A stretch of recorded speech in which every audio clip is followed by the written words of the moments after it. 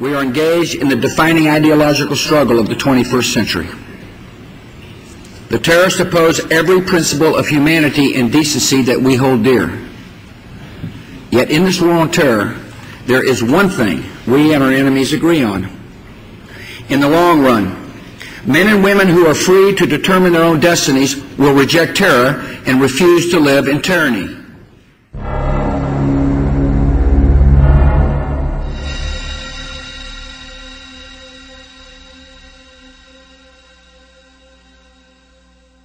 Members of Congress, I have the high privilege and distinct honor of presenting to you the President of the United States.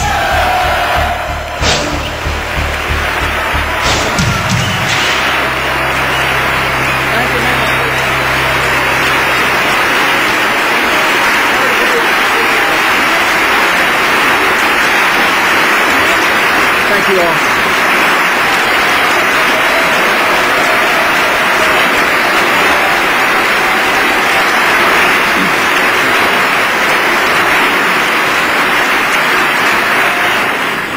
Madam Speaker, Vice President Cheney, members of Congress, distinguished guests, and fellow citizens. At the same time, we're pursuing opportunities to open up new markets by passing free trade agreements. I thank the Congress for approving a good agreement with Peru. And now I ask you to approve agreements with Colombia and Panama and South Korea. The first agreement that will come before you is with Colombia, a friend of America that is confronting violence and terror and fighting drug traffickers.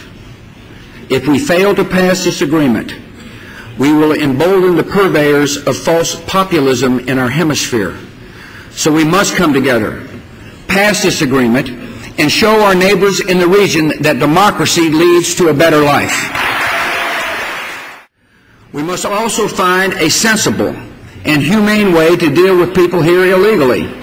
Illegal immigration is complicated, but it can be resolved, and it must be resolved in a way that upholds both our laws and our highest ideals.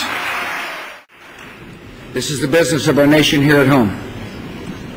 Yet building a prosperous future for our citizens also depends on confronting enemies abroad and advancing liberty in troubled regions of the world. Our foreign policy is based on a clear premise. We trust that people, when given the chance, will choose a future of freedom and peace. The advance of liberty is opposed by terrorists and extremists, evil men who despise freedom, despise America, and aim to subject millions to their violent rule. Since 9/11, we have taken the fight to these terrorists and extremists. We will stay on the offense, we will keep up the pressure, and we will deliver justice to our enemies. We are engaged in the defining ideological struggle of the 21st century.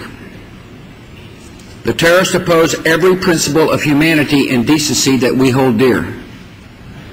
Yet in this war on terror, there is one thing we and our enemies agree on.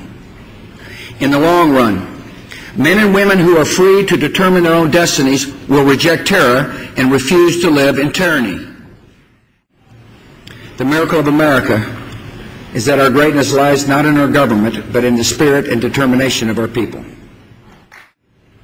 By trusting the people, our founders wagered that a great and noble nation could be built on the liberty that resides in the hearts of all men and women.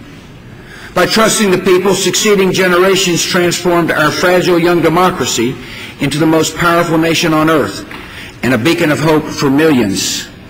And so long as we continue to trust the people, our nation will prosper, our liberty will be secure, and the state of our union will remain strong.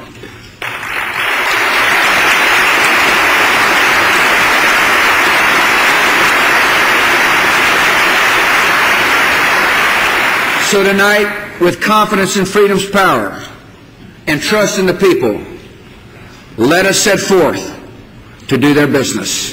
God bless America.